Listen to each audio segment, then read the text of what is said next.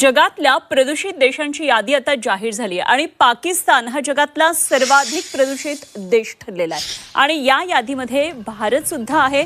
मात्र भारत 6व्या स्थानावर आहे.